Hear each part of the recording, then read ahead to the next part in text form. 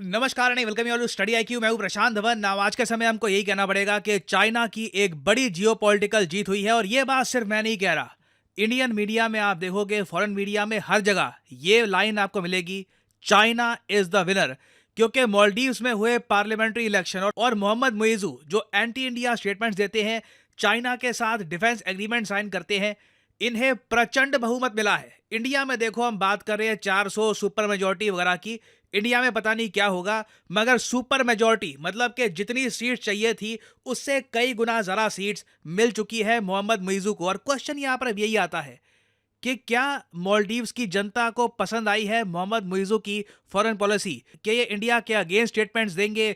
India से जो tourism है टू मालदीव्स, इसमें भी हमने देखा है एक भारी गिरावट आई है, मगर तब भी मालदीव्स के लोगों ने प्रचंड बहुमत के साथ वापस मुइजू को पावर दे दी है। नाउ एक बार हो सकता है कि आप यहां पर सवाल पूछे कि ये जो मोहम्मद मुइजू हैं, ये हर साल इलेक्शन जीतते हैं क्या?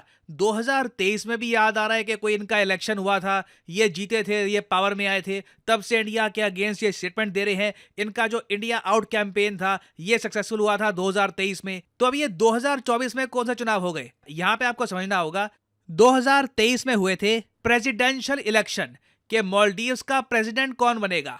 उसमें देखो मुइजू की जीत हुई थी। हालांकि इनको इतने वोट नहीं पड़े थे, 54% वोट इनको मिले थे। और बहुत सारे लोगों ने इब्राहिम सोली, जो आप कह सकते हैं काफी न्यूट्रल है, एंटी इंडिया बिल्कुल भी नहीं है, इनको भी 46% के आसपास लोगों ने वोट किया था। मैं कहूंगा काफी हद तक बराबर की टक्कर थी। कुछ 10% इधर उधर अगर झूल जाता तो इलेक्शन का रिजल्ट बदल सकता था। मगर इस पर्टिकुलर केस में अभी जो चुनाव हुए हैं ये थे पार्लियामेंट्री इलेक्शन के। मालदीव्स की जो पार्लियामेंट है, जिसको ये मजलिस कहते हैं, वहां पर पावर कौन संभालेगा, मालदीव्स में कानून कौन बनाएगा। तो मालदीव्स के लोगों ने देखिए मुइजू को प्रेसिडेंट भी बना दिया और अब ये भी पावर दे दी कि जो कानून बनाना है बनाओ, हम तुम्हारे पीछे खड़े हैं। क्योंकि देखिए मालदीव्स की जो पार्लियामेंट है, मजलिस, द पीपल्स मजलिस, इसमें 93 सीट्स थी और मोहम्मद मुइजू की जो पार्टी है उसको मिल गई है यहां पर 66 seats out of the first 86 declared. तो मतलब कि सुपर मेजोरिटी है इनके पास, जितना चाहिए था बहुमत के लिए उससे ज्यादा सीट्स लेकर अब ये बैठेंगे पार्लियामेंट में। तो मतलब कि देखो, ये जो मर्जी करना चाहे कर सकते हैं। एक बार को चाइना को अगर मान लो कोई मिलिट्री बेस देना है, कुछ देना है, सब कुछ मालदीव्स के प्रेसिडेंट आज के समय कर सकते हैं। क्योंकि याद रखिएगा, जो प्रेसिडेंशियल इलेक्शन अगले होने हैं मालदीव्स में, ये 2028 में होंगे।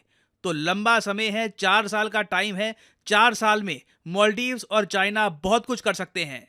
और मैं ये पूरा इवेंट प्रॉपरली फॉलो कर रहा था। मैंने एक बात नोटिस करी, जैसे ही मालदीव्स में रिजल्ट फाइनल हो गए, पता लग गया कि मोहम्मद मुइजू ने फिर से इलेक्शन जीत लिए हैं। चाइना पहला देश था जिसने सबसे पहले कॉन्ग्रेचुलेट किया है मोहम्मद मुइजू की पार्टी को। यहां पर आप देख पाएंगे ग्लोबल टाइम्स का article, China congratulated the Maldives on the smooth conduct of the parliamentary elections and fully respected the choices made by the people of Maldives। ये आगे कह रहे हैं कि बिल्कुल हम जो फ्रेंडशिप है इसे आगे बढ़ाएंगे और जो कॉम्प्रहेंसिव स्ट्रेटेजिक पार्टनरशिप है इसको भी और ज़्यादा डीप करेंगे। और बिल्कुल ये ऐसा ही करने वाले हैं। मैं इन प्योर जियोपॉलिटिकल टर्म्स में कहूं, चाइना ने लगातार एक के बाद एक जीत हासिल करी है। 2023 में मुइजू का पावर में आना इंडियंस के लिए काफी सरप्राइजिंग था कि एक आदमी इंडिया आउट के नारे देकर पावर में आ जाता है। और अब देखिए 2024 में जो भी मोहम्मद मुइजू की पॉलिसी है, जो भी ये कर रहे हैं, चाइना के साथ डिफेंस एग्रीमेंट साइन करना, इंडिया के अगेंस्ट स्टेटमेंट्स देना, अपेरेंटली मालदीव्स के लोगों को पसंद आ रहा है और इसीलिए इनको वापस प्रचंड बहुमत मिली है।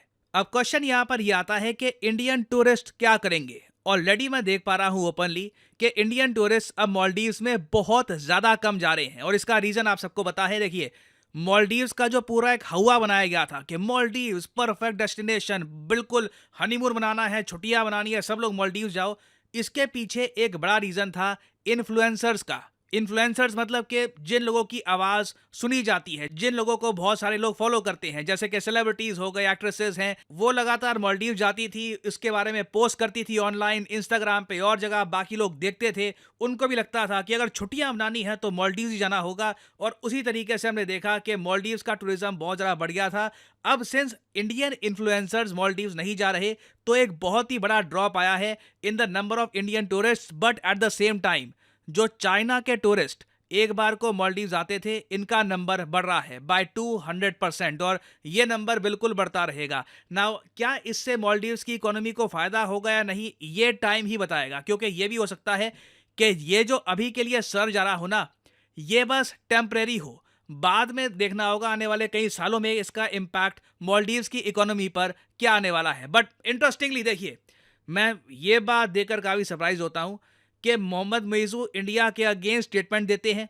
At the same time Maldives के लोग फिर ये भी कहते हैं, इनकी सरकार ये भी कहती है कि जी इंडिया में हम रोड शो करेंगे। इंडिया की जो सड़कें हैं, जो हमारे बड़े शहर हैं, वहाँ पर इनके लोग उतरेंगे, इनकी सरकार के लोग उतरेंगे, बैनर्स के साथ, बैंड बाजे के साथ लोगों को इनवाइट करेंगे टू मालदीव्स, कहेंगे आइए मालदीव्स में आइए, अपना पैसा खर्चिए। और इंडिया के जो बड़े बड़े इन्फ्लुएंसर्स हैं उनको भी पैसे दिए जाएंगे, उनको भी कहा जाएगा आप आइए मालदीव्स। कई जगह पैसे दिए, किसी को कई जगह ये कह दिया कि फ्री में आपकी ट्रिप करा देंगे मालदीव्स में, आप आइए। तो ये लोग हर तरफ से कोशिश करेंगे कि जो डिक्लाइन है इंडियन टूरिस्ट का, ये रिवर्स करें। नाउ इंडियन टूरिस्ट देखो मालदीव्स जाएंगे या नहीं जाएंगे पता नहीं, बट आने वाले 4 सालों में डेफिनेटली चाइना का जो मिलिट्री हार्डवेयर है ये आपको मालदीव्स में मिलेगा। नाउ इसके रिस्पॉन्स पे हम क्या कर सकते हैं? देखिए मालदीव्स गए हो, अभी के लिए मैं ये कहूँगा कंप्लीट कंट्रोल है आज के समय एक प्रो चाइना पार्टी का मालदीव्स पे। 4 साल के लिए कुछ नहीं हो सकता। बट इंडिया एक काम ये कर सकता है कि हम फिलीपींस को खुल के सपोर्ट करें। फिलीपींस वही देश है जिसे रिसेंटली हमने ब्रह्मोस मिसाइल भेजा है। ये डील 2022 में हुई थी, 2 साल लग गए, हमने ब्रह्मोस मिसाइल अब फिलीपींस को सप्लाई करने स्टार्ट कर दिए हैं।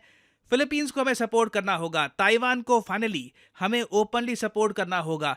परहैप्स हमें हिंट देने होंगे कि हम वन चाइना पॉलिसी शायद उसके बियॉन्ड कुछ सोचें, हम ताइवान को रिकॉग्नाइज करें। तो इसके बारे में देखिए हमें डेफिनेटली स्टेटमेंट्स देनी होंगी और इवेंचुअली हमें चाइना पर, साउथ चाइना सी में ज़रा फोकस डालना होगा, क्योंकि चाइना तो देखिए इंडिया के बिल्कुल नेबरहुड में इस कंट्री पर एक प्रो चाइना सरकार बना के बैठ गया है। It is suddenly a victory for China.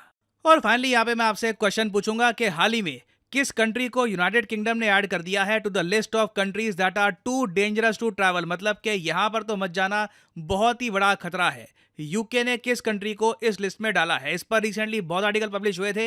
ये हैं यहाँ पे आपकी ऑप्शंस, रशिया, पाकिस्तान, इंडिया या फिर ईरान। कमेंट सेक्शन में करिए उत्तर। जो लोग सही आंसर देंगे उनकी कमेंट को मैं हार्ट दे दूंगा ताकि बाकी लोग समझ पाएं कि सही उत्तर क्या है। और फाइनली आप लोगों के लिए एक इंपॉर्टेंट मैसेज, अगर आप यूपीएससी एग्जाम की तैयारी कर रहे हैं, आपके पास टाइम है, 1-2 साल का, आप कॉलेज स्टूडेंट हैं, आप रुक के आराम से प्रिपेयर करना चाहते हैं यूपीएससी एग्जाम के लिए, तो कमेंट सेक्शन में जाइए, यहाँ पे आपको मिलेगा ये लिंक, इस लिंक पर करिए क्लिक और यहाँ पे आपके सामने खुल जाएगा ये पेज। अगर आप मोबाइल फोन पे हैं तो आप स्टडी IQ की जो ऐप है ये भी कर सकते हैं डाउनलोड, और यहाँ पे आप परचेज कर पाएंगे स्टडी IQ के वेरियस कोर्सेज। स्टडी IQ के प्लेटफॉर्म में स्टॉक मार्केट से लेकर UPSC, SSC, UPSC optional various courses available हैं। स्टेट पीसीएस कोर्सेज भी अवेलेबल हैं, यहाँ पे आप देख पाएंगे। और जो हमारा फ्लैगशिप कोर्स है यूपीएससी P2I कोर्स, P2I इसलिए इसको कहा जाता है क्योंकि प्रीलिम से लेकर इंटरव्यू तक ये कोर्स आपकी हेल्प करेगा। इसे आप परचेज कर सकते हैं यहाँ पर कोड PG10 लगाकर। ना यहाँ पे आपको और भी बहुत सारे कोड्स दिख रहे होंगे, सिविल और वेरियस और कोड्स हैं ना। इन कोड्स को आप अगर यूज करते हैं तो आपको मैक्सिमम डिस्काउंट नहीं मिलेगा। अगर आप यूज करते हैं कोड PG10 तो आपको मिलेगा यहाँ पर maximum discount possible. So use the code PG10 and save money. By the way इस कोर्स में आपको 30 महीने की वैलिडिटी मिलती है, तो मतलब कि पर मंथ आप 1000 रुपए से भी कम पे कर रहे होंगे for your UPSC preparation. So use the code PG10 and save money. इसी नोट के साथ ये है वीडियो का अंत। Thank you for listening and as always may the gods watch over you.